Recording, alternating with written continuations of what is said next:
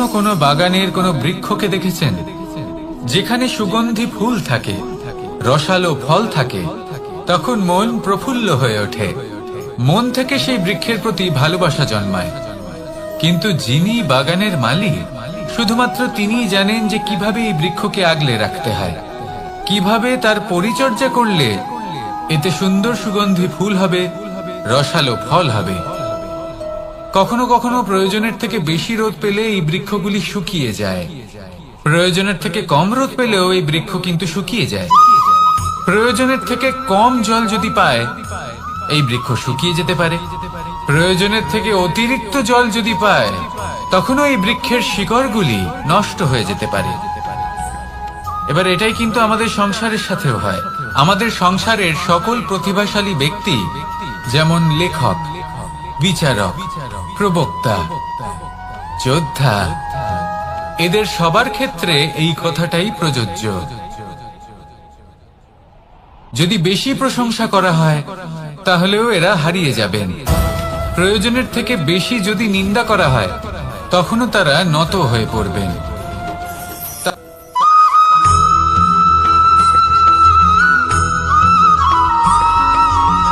পঞ্চতত্ত্বের মধ্যে দ্বিতীয় তত্ত্ব হল ধরণী, ভূমি, যাকে আমরা ধরণী মাতা বলি। এই ধরণী ধৈর্য ধারণ করে, আর এর ওপরেই আমাদের সমগ্র সংসার নির্ভরশীল। কারণ এই ভূমি সহ্য ক্ষমতা রাখে, এর সহ্য ক্ষমতা হলো অপরিসীম। সন্তান যতই আঘাত প্রদান করুক না কেন, প্রেম পূর্বক সহ্য করে, আর তার বদলে অমূল্য রত্ন প্রদান করে। সন্তান যদি হাল চালায়, তাহলে তার বদলে তাকে অন্ন প্রদান করে। এটাই হলো ধরণী। এবার এর থেকে আমরা কি শিক্ষা পেতে পারি? এটাই যে কারোর জন্য কিছু করা বা কাউকে কিছু দেওয়া মনে কোনো কামনা ছাড়াই। আর এই কথাটা বুঝে যান, যদি কারোর জন্য কামনা না রেখে বা কোনো পাওয়ার আশা না রেখে কারোর জন্য কিছু করেন বা কারোকে কিছু দেন, যদি এটা আপনি শিখতে পারেন, তবে আপনি ভালোবাসতে শিখে গেছেন। আর সেই জন্যই এই ধরিত্রীকে মাতা বলা হয়। কারণ মাতা শুধু উনি নন যিনি গর্ভে সন্তানকে ধারণ করেন, মাতা তো উনিও যিনি জীবন বাঁচতে শেখান, যিনি জীবন বাঁচার উদাহরণ প্রদান করেন। তাহলে ধরণীর থেকে এই নিঃস্বার্থ ভাব শিখুন, নিঃস্বার্থ ভালোবাসা শিখুন, আর এই ভালোবাসার সাথেই বলুন রাধা রাধা।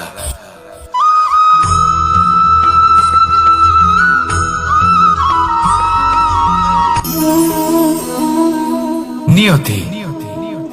রাধা আমাকে বলে, কৃষ্ণ, যদি তুমি জানো যে নিয়তিতে কি আছে, তাহলে তাকে বদলে দাও না কেন? মহাদেব আমাকে বলেন যে শ্রীকৃষ্ণ, যদি আপনি এটা জানেন যে সাম্বের নিয়তি এটাই, তাহলে আপনি তাকে বদলানোর চেষ্টা কেন করেন? কেন? কারণ আমি একজন পিতা, আর পিতার কর্তব্য এটাই, তিনি যেন সম্ভাব্য সব চেষ্টা করেন নিজের সন্তানের মঙ্গলের জন্য। নিয়তি আমি জানি, কিন্তু এটাও আমি জানি যে কর্মের থেকে বড় আর কোনো নিয়তি হতে পারে না। অভিজ্ঞতাও রয়েছে যে কর্মের হাতে নিয়তির এই চক্র বদলে যেতে পারে। তাই জীবনে যদি আপনার কখনো এমন মনে হয় যে এটা তো অসম্ভব, তখনও চেষ্টা করা কখনোই ছাড়বেন না। কে বলতে পারে আপনারই কর্মের কোনো এক বীজ হয়তো নিয়তির চাকায় আটকে গেল, আর নিয়তিকে নিজের পথ পাল্টাতে হলো, ঠিক কিনা? সেই জন্য নিয়তিকে ভাগ্য মেনে নিয়ে চুপ করে বসে থাকবেন না। নিজের নিয়তি স্বয়ং নিজের কর্মের দ্বারা নির্ধারিত করুন, কারণ আপনার এই কর্মের ওপরেই আপনার অধিকার রয়েছে। আর এই অধিকারকে নিয়তি অনেক সময় সম্মানও করে। তাহলে আসুন আর আমার সাথে ভালোবেসে বলুন রাধা রাধা।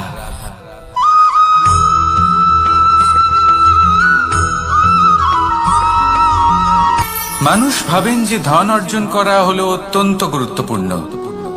তিনি আজীবন ধন অর্জন করতে থাকেন, ধন অর্জন করার চেষ্টা করতে থাকেন, সে যাই হয়ে যাক না কেন পরিশ্রম করতে থাকেন।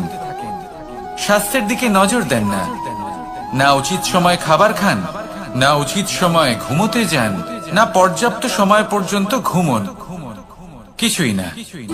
ধন অর্জন করতেই থাকেন, আর কিছু সময় পরে যখন তিনি অসংখ্য ধন লাভ করে ফেলেন, তখন তার সাথে ওনার শরীরে অনেক রোগ বাসা বাঁধে। এইসব রোগের উপচার করতে করতে সেই সমস্ত ধন যা উনি অর্জন করেছেন তা তিনি ব্যয় করে ফেলেন। শেষ পর্যন্ত কি হয়? আমরা যেভাবে এসেছি ঠিক সেইভাবেই ফিরে যাই, ধন এখানেই থেকে যায়।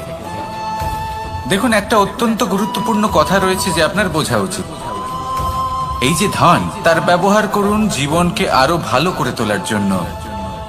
ধনের সদ্ব্যবহার করা উচিত, এমন যেন না হয় এই ধন আপনাকে ভোগ করে ফেলে।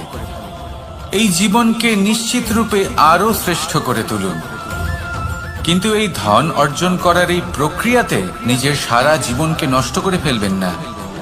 এই জীবন উপভোগ করতে শিখুন, আর আমার সাথে ভালোবেসে বলুন, রাধা রাধা।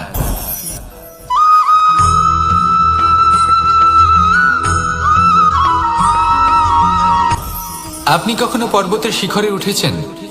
আপনি দেখতে পাবেন পর্বতের পদতলে প্রচুর সুন্দর ফুল রয়েছে, সবুজ বনানী রয়েছে। যত আপনি উপরে উঠতে থাকবেন তত ফুল কমতে থাকবে, সবুজ বনানী কমতে থাকবে। আরো কিছুটা উপরে উঠলে কাঁটা জাতীয় গাছ দেখতে পাবেন, শুকনো গাছ দেখতে পাবেন। আরো যদি উপরে ওঠেন তাহলে পাষাণ দেখতে পাবেন। আরো উপরে উঠলে হিমখণ্ড দেখতে পাবেন। এই যে পর্বত, তা মনুষ্য জীবনের সব থেকে উত্তম উদাহরণ। মানুষ যখন সাফল্যের শিখরে পৌঁছতে চান, মহানুভবতার শিখরে পৌঁছতে চান, পথে যত আস্তে আস্তে উপরে উঠতে থাকেন ততই ভৌতিক বস্তু তার থেকে বিচ্ছিন্ন হতে থাকে। যদি তিনি সেই ভৌতিক বস্তুগুলি ত্যাগ না করতে পারেন তাহলে কখনোই সেই স্থানে পৌঁছতে পারবেন না। আর মানুষ যদি উচিত ত্যাগ করতে পারেন, পথে অগ্রসর হতে থাকেন, এগোতে থাকেন, তাহলে একদিন না একদিন তিনি মহানুভবতার, জ্ঞানের, সাফল্যের হিমের স্বাদ অবশ্যই লাভ করবেন। মনে রাখবেন, মানব জীবনে ত্যাগ হলো অত্যন্ত গুরুত্বপূর্ণ অংশ। আসুন আমার সাথে ভালোবেসে বলুন, রাধা রাধা।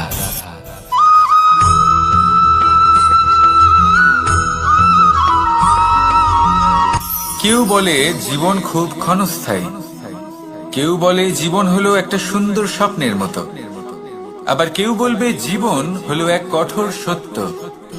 কিন্তু জীবন আসলে কি? জীবন হলো আপনারই প্রতিবিম্ব, একটা দর্পণ। অর্থাৎ আপনি জীবনকে সেইভাবেই পাবেন যেরকম আপনি নিজেকে প্রতিপন্ন করবেন। যদি আপনি দর্পণের দিকে তাকিয়ে হাসেন, তাহলে আপনি সামনে হাসি মুখী দেখতে পাবেন। এবার যদি আপনি গম্ভীর হয়ে থাকেন, তাহলে আপনি একজন রুষ্ট ব্যক্তি দেখতে পাবেন। শেষে সব থেকে বেশি গুরুত্বপূর্ণ হলো আপনার চেষ্টা। আপনাকে সবসময় চেষ্টা করতে হবে যাতে আপনি নিজেকে প্রসন্ন এবং ইতিবাচক মনোভাবে রাখেন। এটা হলো আপনারই উত্তরদায়িত্ব, তাকে পালন করুন। এই মনকে প্রসন্ন রাখুন, এই সংসারকে সুন্দর বলে মনে হবে। আর এই মন প্রসন্ন হয়ে বলবে, রাধা রাধা।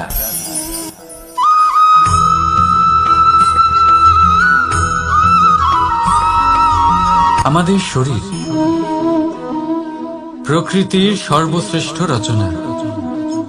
যে অঙ্গ প্রত্যঙ্গ আমরা লাভ করেছি, প্রত্যেকটির মধ্যে একটি নিজস্ব বার্তা রয়েছে। একটু ভেবে দেখুন, দুটি চোখ দিয়েছে দেখার জন্য, দুটি কান দিয়েছে শোনার জন্য, নাসিকাও আছে দুটি, দুটি হাত দিয়েছে দ্বিগুণ পরিশ্রম করার জন্য। কিন্তু জীব শুধুমাত্র একটি। তার উপরেও তীক্ষ্ণ বলিষ্ঠ দাঁত দিয়েছে তার রক্ষার জন্য। কখনো ভেবে দেখেছেন কেন?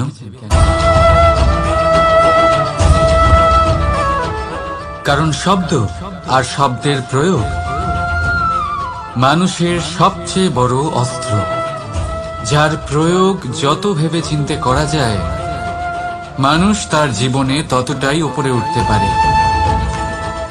তাহলে মনে রাখুন, দেখুন, শুনুন আর বুঝুন বেশি, বলুন কম। রাধা রাধা।